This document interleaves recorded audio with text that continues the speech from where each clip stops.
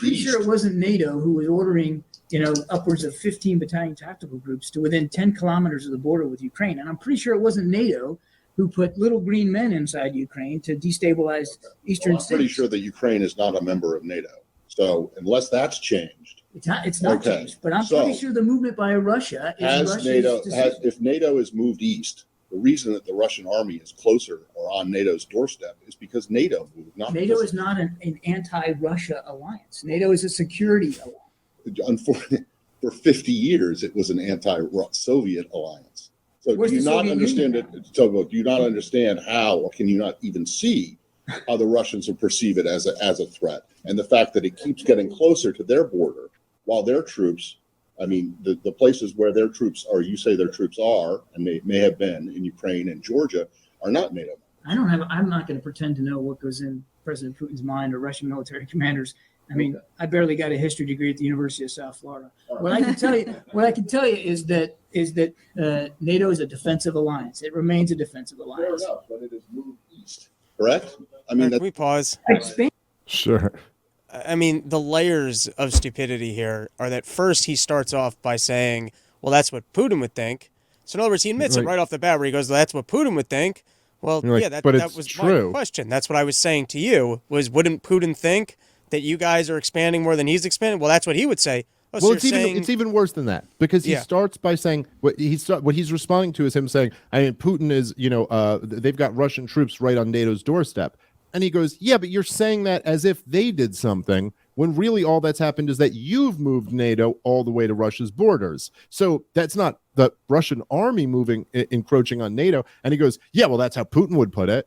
And he's like, well, but it's true, right? It goes like so. So right away, when you just call out that your obvious statement is bullshit, like it's clearly like, okay, yeah, it is true that the Russian army is on NATO's doorstep because NATO moved onto Russia's doorstep, right? So once you call that out, it's like, oh yeah, well you're basically talking like Putin talks now. Okay, so then he pushes him on that and he's like, well, didn't NATO expand? And he's like, yeah. Oh yeah. No, NATO did expand. And then it gets into this whole like ridiculous argument and then at the end he plays just he's like, look, I don't pretend to know what's in Putin's mind. I'm a dummy, basically. I didn't even do good in college. But you're like, dude, you're leading the Pentagon briefing right now about what the most powerful military in the history of the world is doing, confronting the military with the largest stockpile of nuclear weapons. Like, are you fucking kidding me? You cop out after that bullshit? You just keep moving the goalposts and then go like, I'm just kind of a dummy.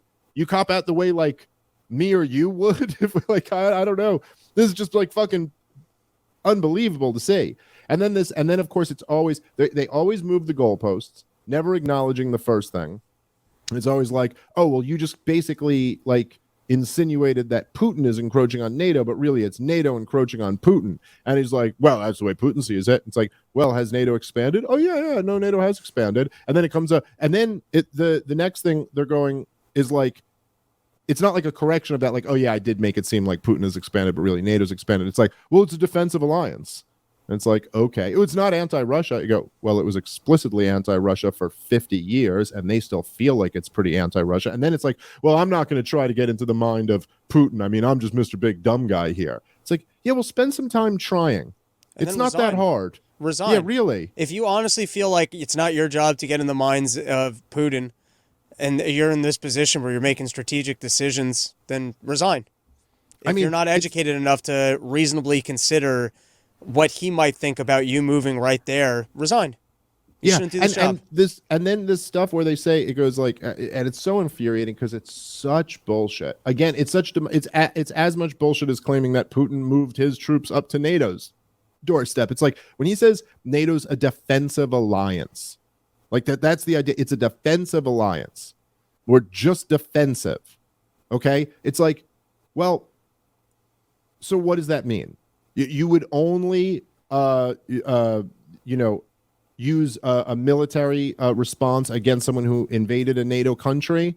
So who did Libya invade a NATO country? Did Afghanistan invade a NATO country? Did Serbia invade a NATO country? No, none of those are the case. In the case of Serbia, they had a civil war. and NATO. That's not defensive. In the case of Afghanistan, we were launching a regime change war against the Taliban. That's not defensive. In the case of Libya, they just wanted to overthrow Muammar Gaddafi. None of these are defense. So you can't just say, oh, we're a defensive alliance. Like, you're literally, by your own track record, you're not. But beyond that, I mean, it's like, look, the biggest force for war over the last 20 years is the government of the United States of America. There's just no arguing that. It's the started more wars, killed more people, invaded more countries, sent special ops into more countries by any metric you want to use. They're the biggest force for war.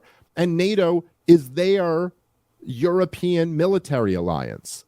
So you can say it's defensive all day long if you want to, but at the helm of it is the country that starts more aggressive wars than anyone else, and that alliance itself has fought in several of those aggressive wars.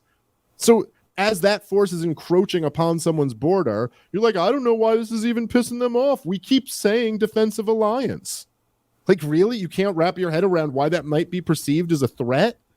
It's like all these simple games that we always keep saying, but just like play like just a thought experiment. Like, what if the Soviet Union hadn't collapsed and the Warsaw Pact was like moving over and taking over all these countries? It took over France and England. It comes across the Atlantic and takes over Canada and Mexico. And they're starting aggressive wars left and right all over the world. But every time America's like, whoa, whoa, whoa, you're encroaching on us, they go, no, dude, we're defensive.